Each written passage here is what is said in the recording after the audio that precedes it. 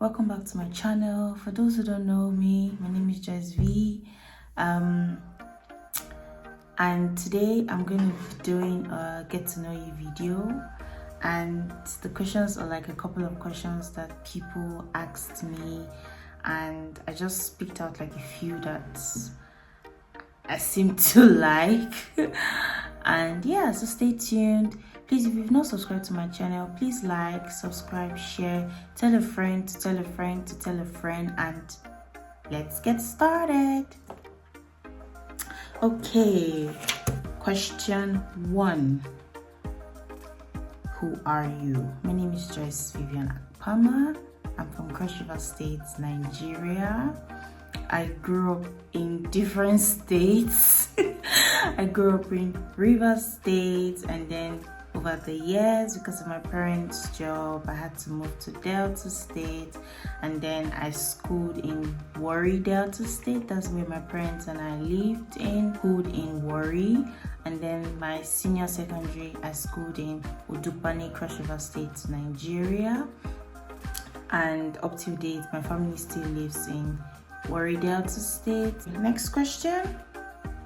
What is the purpose of your channel, and why did you decide to become a YouTuber? I don't really have a concrete answer to this question, but I know that for a very long time, I think for me, I've actually had the idea of opening a YouTube channel since 2019, but I've always been looking for the best time, the best opportunity to do it. And I think this year I just said to myself, you know what, just do it. Whatever wants to happen, happen. You get along as you go on. And I know that I've always wanted to have an audience. I've always wanted to sit in front of the camera, to talk to people, to share my ideas and my thoughts with people.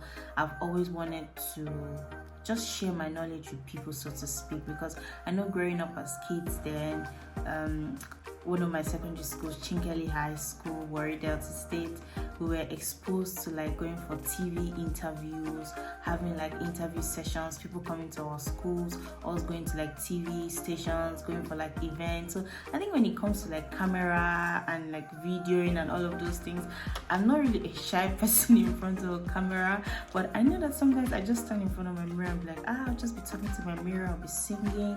And sometimes when I talk, I'm like, wow, just I think you should actually open a YouTube channel, like have a platform where you get to talk to people. So I think for me, it's an idea that has been in me for a very long time, and I think it's high time I let it out. It's high time I actually put this idea into action.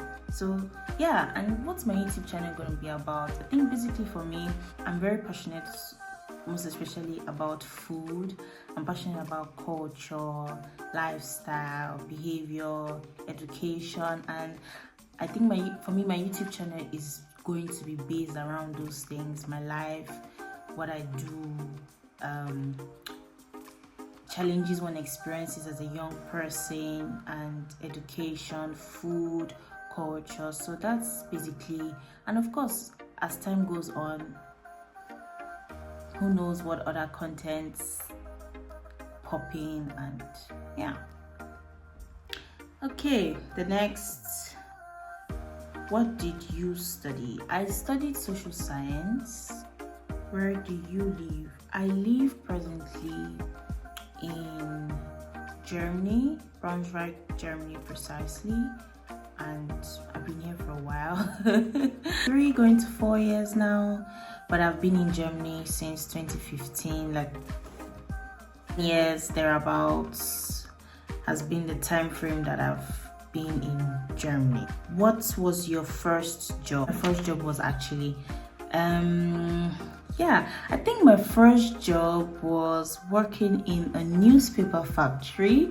I don't know if you guys know this thing where like it's a factory, the newspapers have already been printed, all you just need to do is sort it out, because I don't know how it is in other countries, but in Germany we get like these newspaper bundles where you get magazines from different shopping companies, different magazines from outlets, like normal newspapers with information going around, informations about the country and all of those things. So it's more like a bunch of different pamphlets, magazines, newspapers. So the factory where I worked in, what we basically did there was just sort it out, and everybody had like their departments and the areas they stood in and what they were responsible for. And I remember then it wasn't like a full-time job, but it was the kind of job where maybe in a week I go like once or twice, and I get to work between 8 to 10 hours, and then in between I have like some 30 minutes break. And yeah,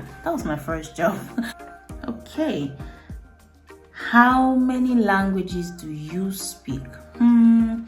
Well, I speak English. English is my first language because I grew up in Nigeria, and English is our language of instruction. English is the first language I got introduced to. I also speak Loko. Loko is a language that is spoken in Yako local government area, which is located in Cross River State, Nigeria. It's not really a popular language or a popular culture, but it's popularly known in Nigeria. I also speak German. Coming to Germany, I had to learn German, studying German. So yeah, those are the 3 languages that I speak. But funny enough, I hope to actually learn more languages. I'm drifting towards, or let's say my interest is drifting towards French, Spanish, and Italian. So those 3 languages. But for now, I speak just English, German, and my native dialect, which is called Loko. Okay, how would you rate your childhood on a scale of 1 to 10? I don't know. But generally, I can say that I had a very beautiful childhood. I mean, nothing is perfect. No home is perfect. As kids then, a lot of things our parents did for us, we felt like they were being mean or too harsh. But now I actually see how they are paying out, how those instructions and those I don't know how to put it, but I can just say generally that my childhood wasn't a bad one. I grew up around love. I had people around me, and I know not everybody is opportune to have those, but I'm really grateful to have grown up with the people that I grew up with, my parents, my family, my loved ones. And I think on a scale of 1 to 10, I'll give it a good 8.5. And I don't know, the remaining 1.5, I don't know how to put it, but I think between an 8.5 and a 9 is what I'll rate my childhood on a scale of 1 to 10. Yes. Okay, then to the next question. What are your favorite values in friends? Well, that's a very tricky question actually, because over time, I feel like I've always had expectations on people as to how they should be, what they should do. But now I'm in a headspace, or I find myself in a space where now I don't really care. Just be you, do you. But if there's anything I really look out for in friends, is I look out for honest people who are real to me, people who are intentional, because I, for one, I'm a very intentional person, especially like people who are close to me, I guess, or I hope they can attest to that I'm very intentional in terms of like my friendships.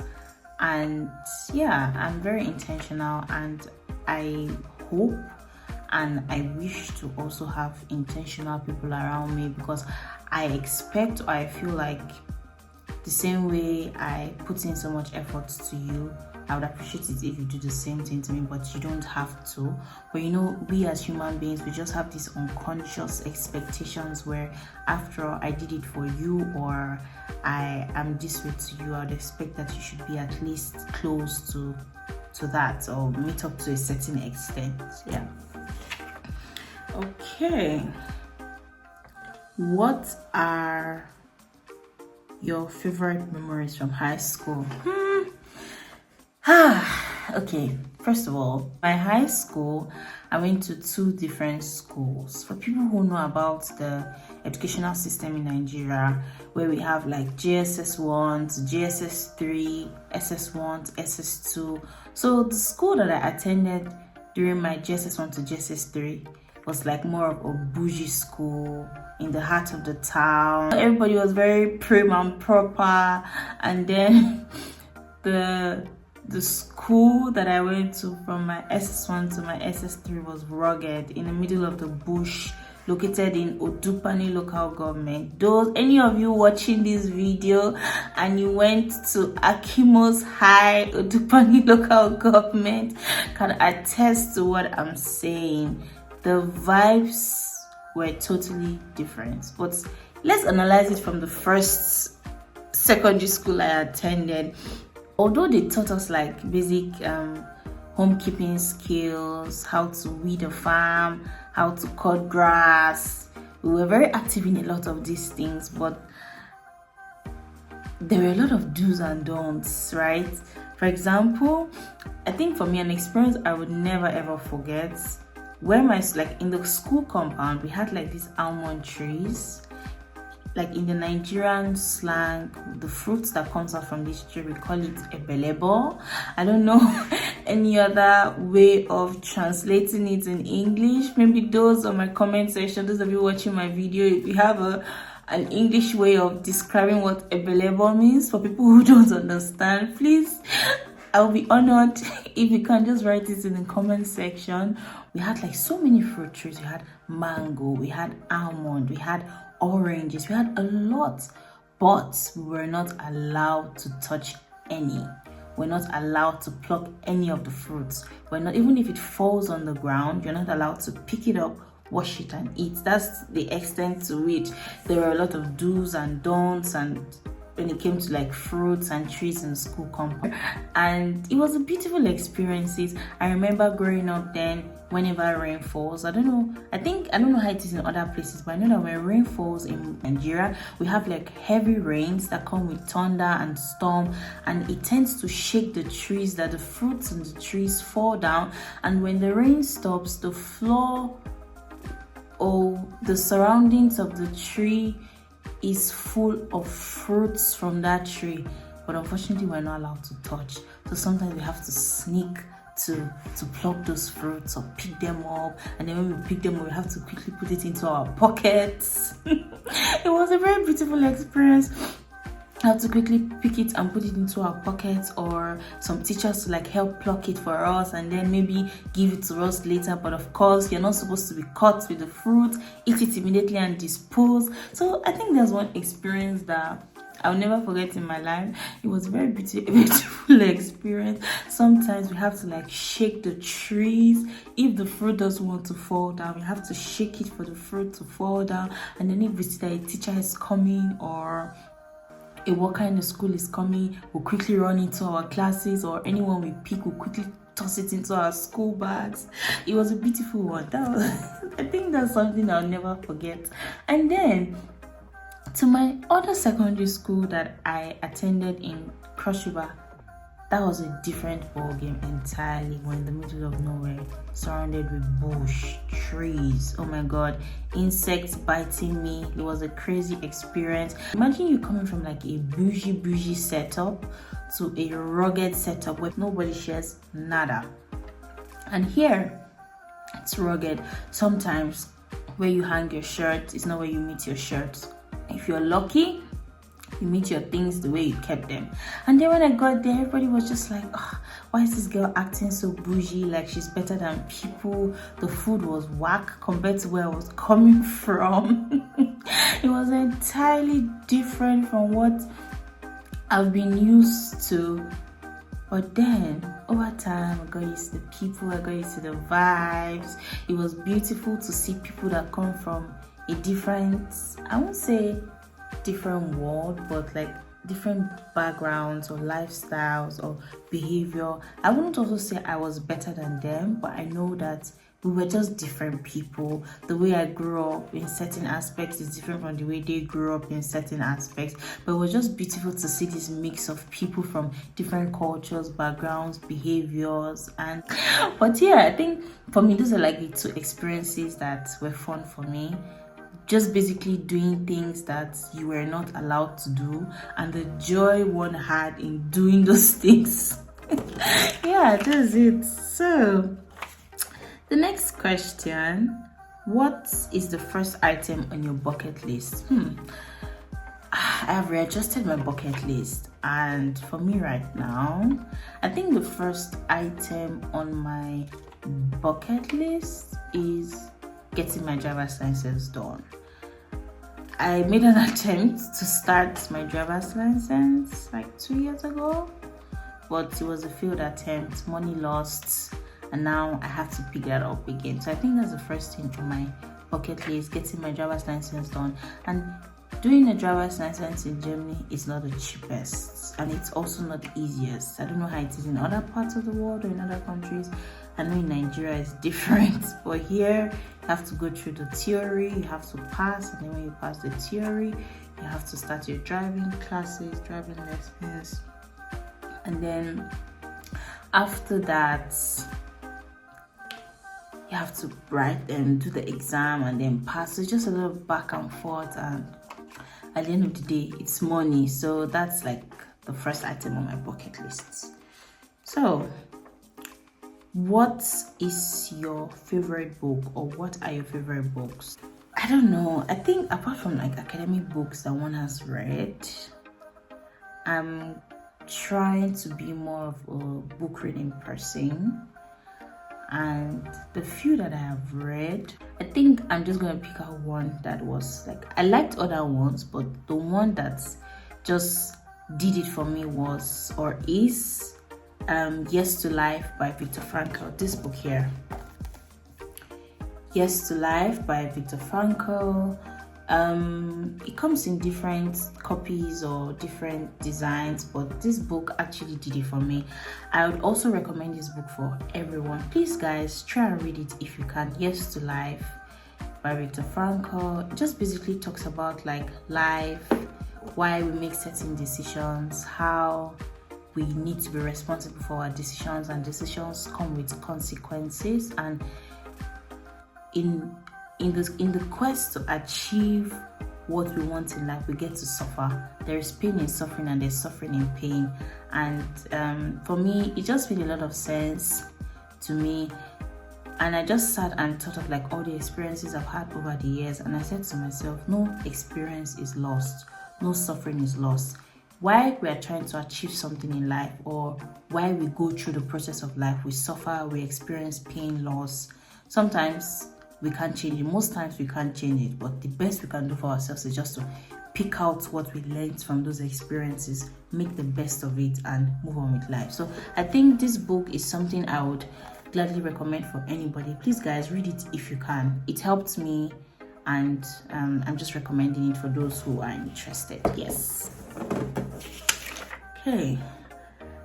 What are your hobbies? My hobbies, I love to cook. I love to cook. I would stay in the kitchen hours just because I need to make a certain dish. But yeah, cooking, I love to crochet also. I think crocheting is one of my hidden hobbies. Not everybody knows I can crochet. I love to crochet, but it's one of the hobbies that I'm actually really good in. I just need to see a design, figure it out in my head, how and what. I need a color, and then that's it. I've gotten it. So yeah, of course, I love to go out from time to time if I feel like, or if I'm in the mood. But basically, those two. What inspires you? What inspires me? I inspire myself actually. It may sound weird, but I always say that I am my best motivation. I mean, sometimes I try not to, or I don't watch motivational speakers as often as most people do. I don't maybe listen to a few podcasts here and there, but I feel like those people are also human beings. They are telling us based on their experiences. The fact that they experience those things doesn't mean that we would or I would also experience those things. But at the end of the day, I just pick out the best out of what I watch or what I hear, but I'm my greatest motivation and inspiration. And for me, what also inspires me are my goals, the goals I set for myself. For example, I want to achieve a certain goal, or I want to achieve a certain grade in school. I think for me, I self-reflect a lot that I can say no amount of motivation around me can motivate me more than I would motivate myself. And if I say to myself, okay, Joyce, every day you're going to read 2 hours, no matter what I do. Once I say from 11 a.m. to 1 p.m., for example, I want to study, I would study. And I would do everything possible to study. And if I don't study between that 11 a.m. and 1 p.m., I would definitely find time within the day to get my 2 hours of study. So like I said, I'm my best motivation. Nobody can actually motivate me more than I would motivate myself. And if I set up my mind to do something, I'm very determined to do it. So I think for me, it's my goals, the goals I have set for myself that actually do inspire me, and the quest to want to achieve those goals. That's what inspires me. Yeah. What is your favorite store? Okay, first of all, I don't like going to the stores to shop. The only thing that takes me to stores are maybe when I need to do grocery shopping. I'm not really a big fan of like sitting at home and ordering like my foodstuffs online and getting them delivered. I think I still like the idea of going to the stores, picking my foodstuffs myself. But apart from that, I'm an online shopping girl. But for me, what does it for me is Amazon. Any Amazon worker or boss that is watching me right here, I'm your greatest fan. I basically order everything on Amazon, even to pen, even to office pins, even to pegs, even to hangers. So the one that even shocked me a while ago was when I ordered A4 printing papers on Amazon. And for me, I'm like, yeah, I'm a Prime member. Why do I need to go to the store to stress myself? I'll just sit at home, order it. The next day, my order comes. So I think for me, Amazon does it for me, and I'm proud to say it. But honestly, sometimes Amazon is even more expensive than when I go to the store or when I shop elsewhere. But I think for me, I'm just used to shopping from Amazon, and it's comfort for me. That's it. It's comfort. Yeah. Okay. What are some of your favorite TV shows? I think for now, I'll just mention 2 of my favorite TV shows. The first one is Prison Break. I loved that series. The mind games, it made me think. Like, each time something was about to happen, I was already thinking in my brain, who is the person, what's going to happen next, and the characters did this for me. Everybody played their role as they ought to play their role. That's, although I watched it like many years ago, like 4 or 5 years ago, but it's a series I will never forget so soon. I love the brain behind it, the intelligence. I think it was one of those things, like watching it, it made my brain think so fast. So what's next? So who is guilty? So sometimes before even a scene takes place, I already have an idea of, already guess, I think that's what's gonna happen. I think this, I think that. Yeah. And then the second of it is Skinny Girl in Transit. Skinny Girl in Transit, it's a Nigerian series produced by Indani TV. I also loved that series. I can't count how many times I've watched it. Comfort for me, really. Maybe when I'm studying or doing something, or I'm not really in the mood of watching anything that needs my attention, I just put it to play on the background. And yeah, those are my 2 series. And that's it for now. Those are the questions that I chose. And it feels good actually to be here talking to you guys. So please don't forget, feel free to comment. If there's anything you want me to talk about. Feel free to like, share, comment. Like I said, tell your friend to tell a friend to tell a friend. And thank you so much for watching. Stay tuned.